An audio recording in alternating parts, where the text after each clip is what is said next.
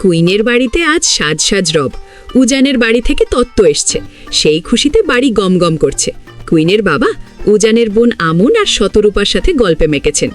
এমন সময় কুইনের মা সেখানে আসতেই শতরূপা আমনকে দেখিয়ে বললেন, ইনি উজানের বোন আমন, ব্যাঙ্গালোর থেকে আজই এসছে, তাই আমাদের একটু আসতে দেরি হয়ে গেল। কুইনের মা হাসি মুখে বললেন, হারে না না, আপনারা একদম ঠিক সময় এসছেন, গায়ে হলুদের লগ্ন শুরু হবে এখনই। কথাবার্তা চলছে, এমন সময় কুইনের ঠাম্মি এসে হাজির। শতরূপা আর আমনের সাথে তার পরিচয় হলো। ঠাম্মি আদর করে তাদের খেতে বললে আমন বিনয়ের সাথে জানায়, না গো ঠাম্মি, এখন আর কিছু খাবো না, একদম রাতে এসে পেট ভরে খাবো। গল্পের ফাঁকে আমন শতরূপাকে জিজ্ঞেস করে, তিতিরদি ভ্রমদি ওরা আসবে না? শতরূপা একটু দীর্ঘশ্বাস ফেলে বলে, ভাই বোনের মধ্যে এত ইগো থাকলে চলে? কবে উজান কি বলেছে না বলেছে সেটা ধরে বসে থাকবে, আর উজানও বা কেন এমন কথা সবাইকে শোনায়? এসব শুনে কুইনের ঠাম্মি হেসে ফেলে বলেন, ছেলের রাশভারী স্বভাবের কথা বলছেন? ছেলেদের একটু রাশভারী হওয়া ভালোই তো। শতরূপা মুচকি হেসে বলে, আপনাদের মেয়ে কিন্তু উজানকে একদম বশ করে নেবে, দেখবেন। এই নিয়ে তারা মজার আলোচনায় মেতে ওঠে।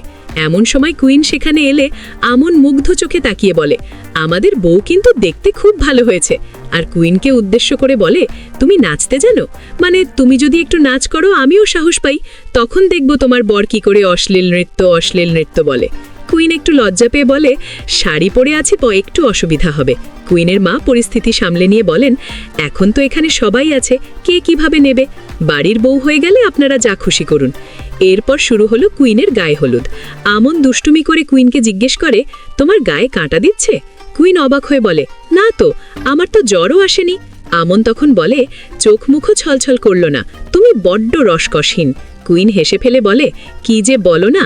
সেই মুহূর্তে আমন উচ্ছ্বসিত হয়ে বলে, এই তো মেয়ে হেসেছে, মেঘের ফাঁকে চাঁদ উকি দিয়েছে।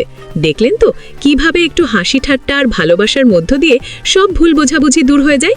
সম্পর্কে জেদ বা ইগো নিয়ে বসে থাকলে কেবল দূরত্ব বাড়ে। উজানের পরিবারে হয়তো ছোটখাটো মনোমালিন্য ছিল, কিন্তু কুইনের আগমনে যেন সব মেঘ কেটে আলো ফুটছে। এই গল্পটা আমাদের শেখায় যে জীবনের যে কোনো সম্পর্কেই একটু হাসি, একটু খুনসুটি আর অনেকখানি ভালোবাসা থাকলে কঠিন পরিস্থিতিও সহজ হয়ে যায়। একে অপরের প্রতি সহানুভূতি ও বোঝাপড়া বাড়াতে হবে।